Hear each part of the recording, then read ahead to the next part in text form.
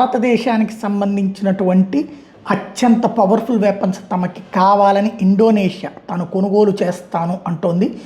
$450 million భారతదేశంలో ఖర్చు పెడతానంటోంది. బ్రహ్మోస్ని కొనుగోలు చేస్తానంటోంది.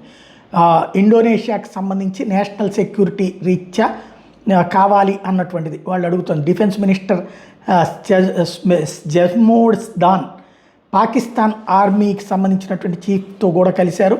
అట్లాగే మన Pakistan air force chief air chief marshal జడ్జే బాబర్ సిద్దుతో రీసెంట్గా కలిశారు.